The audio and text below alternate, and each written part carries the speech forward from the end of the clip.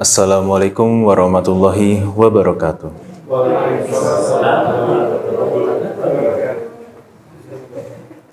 Alhamdulillah wa syukurillah wassalatu wassalam asrafi wal mursalin sayyidina Muhammadin wa ala alihi wa sahbihi ajmain amma ba'du. Segala puja-puji syukur kita panjatkan kehadirat Allah SWT yang tiada henti-hentinya senantiasa melimpahkan karunia, taufik, rahmat, hidayah dan hidayahnya sehingga kita dapat berkumpul dalam rangka menunaikan salah satu kewajiban kita, yaitu menunaikan ibadah Isya berjamaah dan menjalankan rutinitas tanpa kendala suatu apapun. Semoga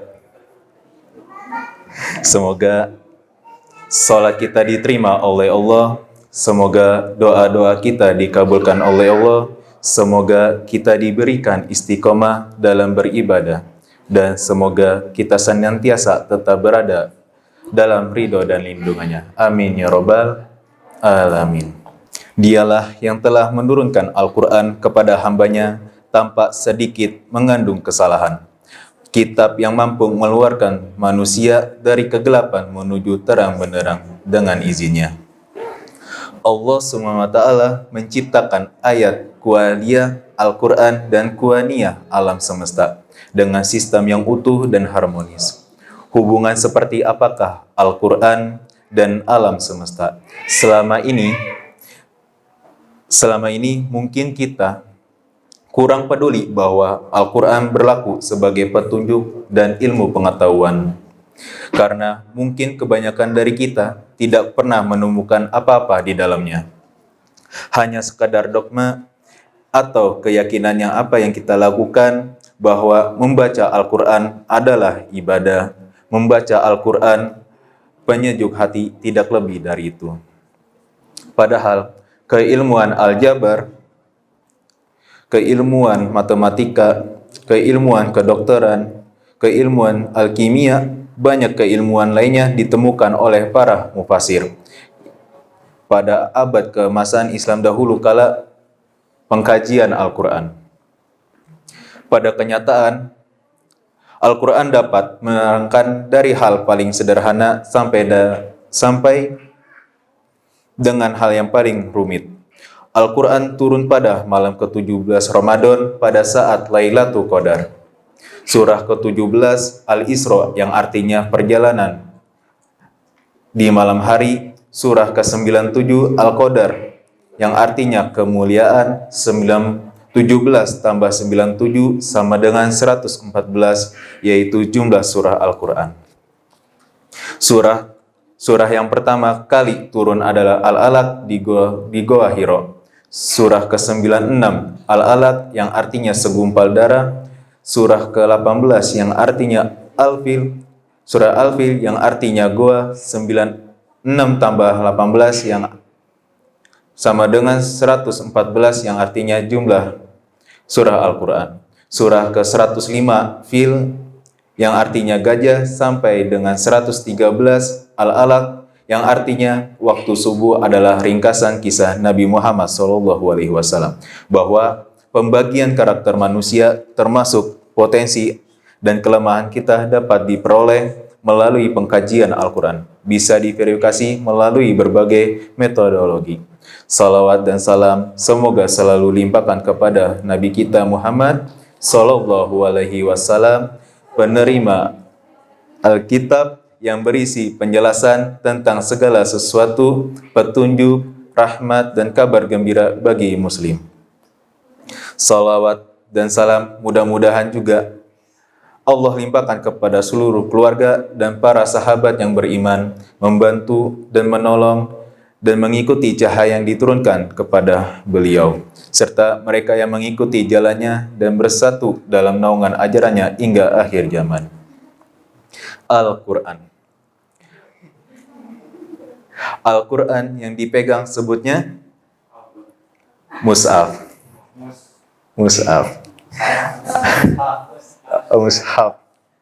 Al-Quran yang dibuka sebutnya Kalamullah atau Kitabullah. Al-Quran yang dibaca sebutnya qiraah, Iqra atau Al-Quran. Dan Al-Quran yang ditutup sebutnya zikir. Ya. Al-Quran yang diyakini oleh seluruh umat Islam sebagai kitab suci yang harus dipegang teguh. Kebenaran berlaku sepanjang zaman dan di dalamnya terdapat aturan serta petunjuk berasal dari Allah SWT.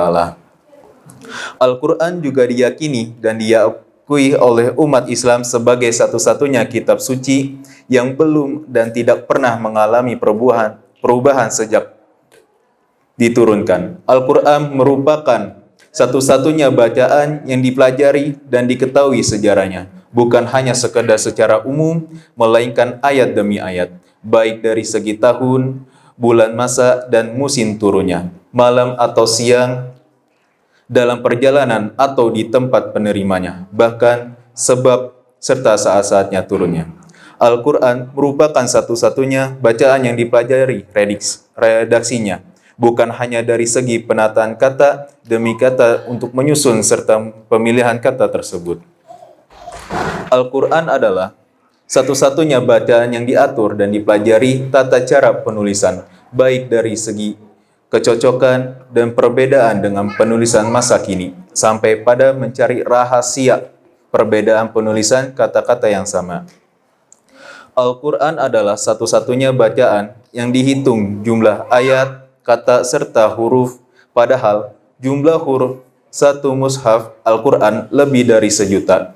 Al-Imam Asy-Syafi'iyah dalam kitab Majmu' Al-Ulum wa Ma'li An-Nujum dan di kitab oleh Imam Ibnu Arabi dalam Muqaddimah Al-Futuhat yang ilahiyah mengatakan jumlah huruf Al-Quran adalah 1.027.000. Ini sudah termasuk jumlah huruf yang dinasak.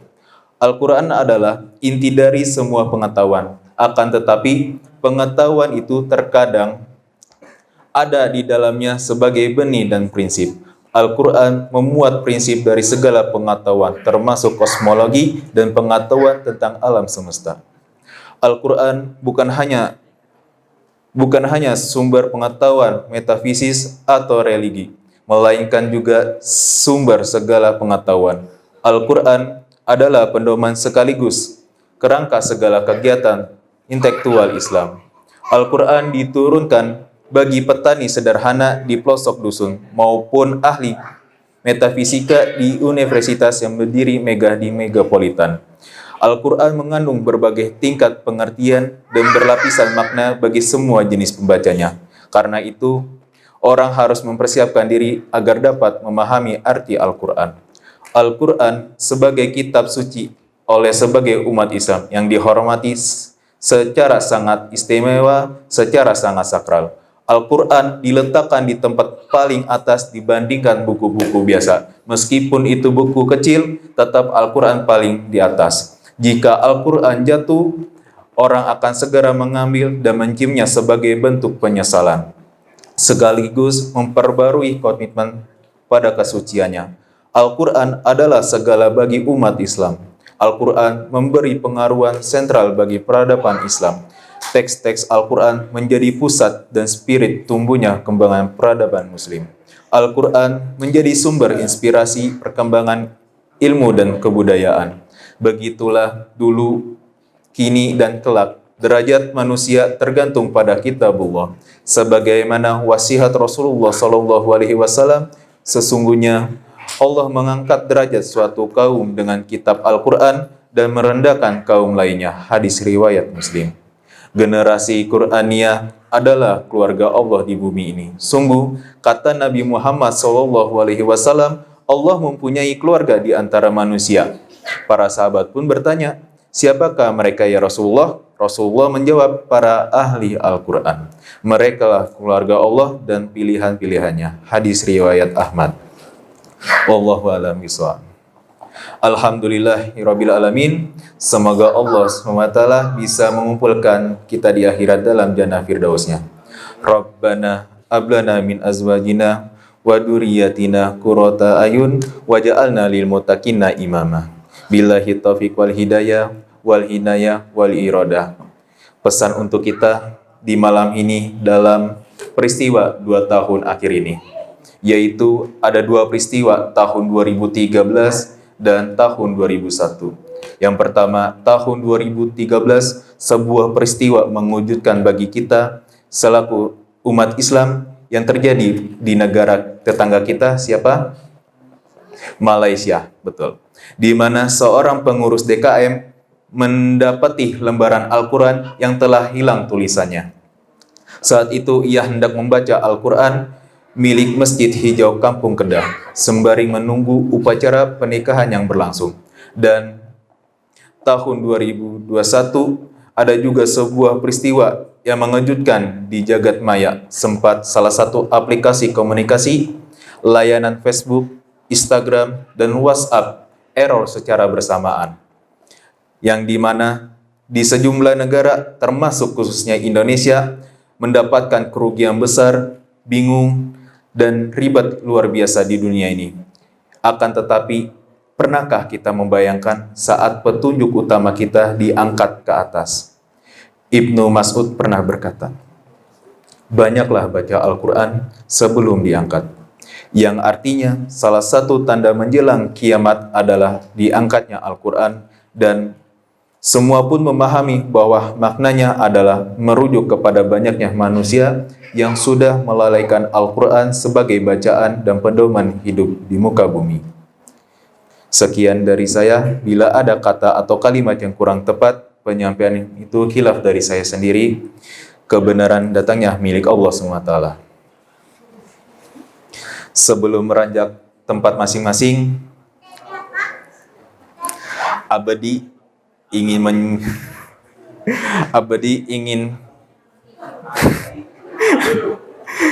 meminjam kedua tangan kalian untuk mendoakan teman-teman kita yang sedang diberikan ujian sakit.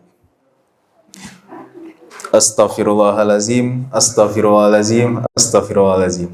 Auzubillahi minasyaitonirrajim. Bismillahirrahmanirrahim. Alhamdulillahirabbil alamin. Allahumma sholli ala sayyidina Muhammad wa ala ali sayyidina Muhammad. Allahumma rabbana anas, ya Allah Tuhan manusia, Engkaulah Maha Penyayang, Engkaulah Maha Pelindung.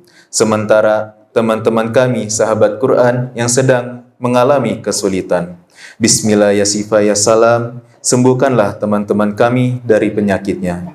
Sakit bisa sebagai teguran, sakit mendekatkan keimanan kepada Engkau, sakit seolah nyawa sudah di ujung tanduk, sakit bisa sebagai pintu gerbang kematian.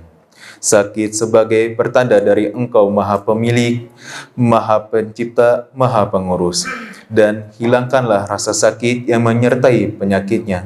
Karena itu, ya Allah ya Tuhan ya Sifa, ya Salam, sembuhkanlah sahabat kami, teman seperjuangan kami, teman sehalaqah kami, dan teman seiman kami.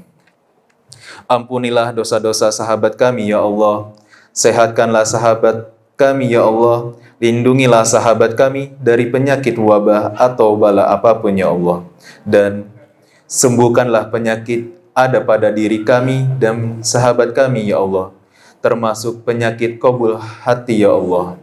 Penyembuhan datang dari Engkau ya Allah ya Sifa ya Salam, adalah penyembuhan penyakit sekaligus rasa sakit yang menyertai.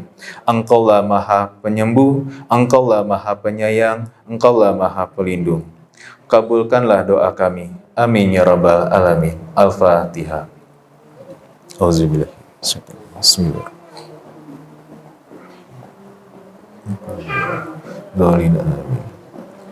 Alhamdulillah. Dan selamat malam, istirahatkan tubuh ini, muhasabah diri, dan menjalankan kembali aktivitas dengan CSPGA. Ceria, semangat, fighting, gambate, horas. Wassalamualaikum warahmatullahi wabarakatuh.